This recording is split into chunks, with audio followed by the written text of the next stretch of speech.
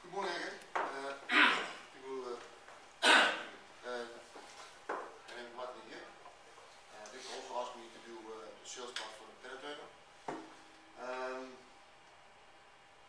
I have some trouble to get it on the presentation because it's sometimes easier to explain to the customer.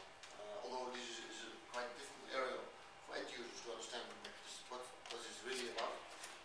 Because they see a laptop, they see a unit, and then they see.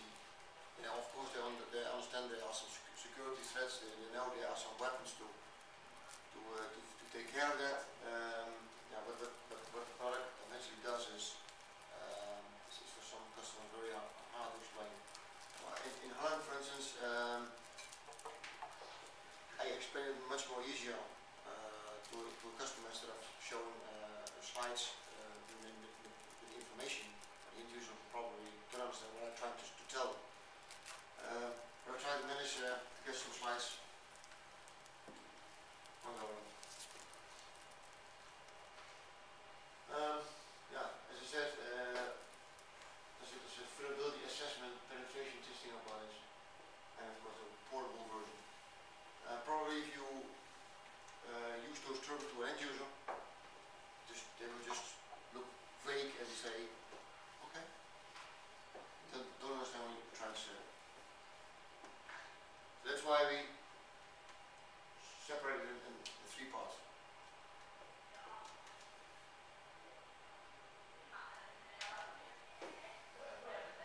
If you go to customer and take this sheet, they'll read the sheet and maybe have a feeling about what you're trying to say. But still, I think many customers will be looking for it. Because who knows about signatures? Who knows about software, who knows about the SQL injection. So it's good to know there are resources on the website to see what's going on. Important to tell the customer is that what we did within the product is not we did something which is so easy to use product to see what's really going on. Normally I use the explanation. It's a hacker in a box, and he can simply check out what's going on, so you can see what's the status. If somebody tries to hit your building from infrastructure point of view, the unit can do the same thing.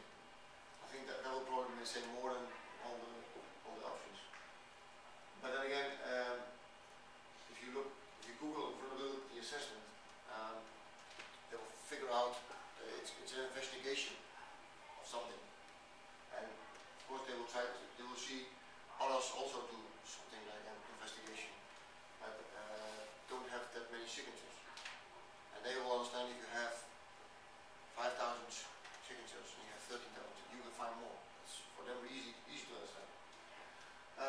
Important to know about the product licensing review. Of course there are some restrictions, but on the other hand they are not restrictions. People don't like about restrictions. They want to have full everything and unlimited. That's why we have the opportunity to say, okay, there are some restrictions, but eventually it's unlimited. That's something which a customer likes.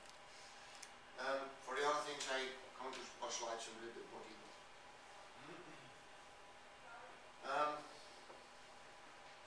To take all the lines a little bit into a couple of lines, I managed to get one of those. Eventually, yes, it's a product. It does something. You need to point out to the end user what am I going to do. And the latest hard word is SaaS. You sell something which is eventually something you do as a service, and the customer pays an amount of money every month, and you do just something every month. And some people have a CMS online, so people understand what it eventually is. But from the Penetrator point of view, it's quite simple. You just offer them every month, every week, once in a while, a quarter, a checkup, a survey of, and then the area is where you write. I come up with different kind of areas. The areas, the target groups, mainly I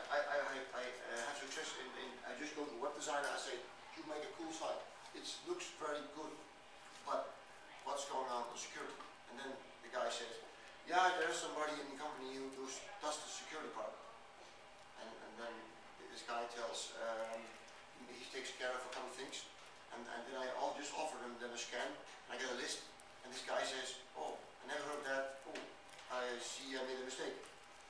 And then you can get, stuff can get moving. The other thing is, a bit in the area of web design, also many customers do stuff like web shops, only web shop. And although we don't have, we're not in the area, there are some issues regarding PCI pipelines, and I did a lot of reading about it. Still, until now, a lot of things are clear, but also there are some questions mark what even I don't understand what the hell is talking about. At the end, there is this big thing is if you have a web shop, people can order stuff from you. There are two certain things. You have a certain risk because they order stuff from you, and of course you want the end user ordering you. You want to deliver and invoice the customer. That's a normal procedure. But what's going on if somebody steals the information from the web server? You have thousands orders done, end user credit cards, and somebody get this information in your hand, and then say on the internet they got it from you. Then your web shop will probably not be that many visitors anymore. So it's a matter of keeping stuff into the right position. In Holland, for instance, bank, financial departments, they have in the law it's written. In the law it's written they must do auditing every quarter. And rightly found out there are some companies like Right Push, they do it, they charge 25,000 euros every time. And the funny thing is that the results, what they're doing, they're also doing this. And I found out that most banks are willing to do their own investigation, get the most problems out of the way, and those guys come in. It's much more easier and faster done. So that now, several banks, they say, okay, they just want a unit of their own, try to see what's going on, get a feeling about it, get away with most problems, and then when those guys come in, it's for them more easy and less money to spend on those guys. There is one caveat here though. The law states that you have to go through a certification process. Mm-hmm. There is only one certification officially out there, and that's ISO. If you're being an ISO auditor, you must be certified as an ISO auditor. You can't go to the bank and just run an audit for them unless you're certified, because you can't get the certification. True. The main target is that I sell them a unit, they do the self-checkup first, self-checkup, and then say, okay, we're more convenient when those guys do real audit. But the ISO audit audits the documentation. Mm-hmm. This is actually a selling point for us, because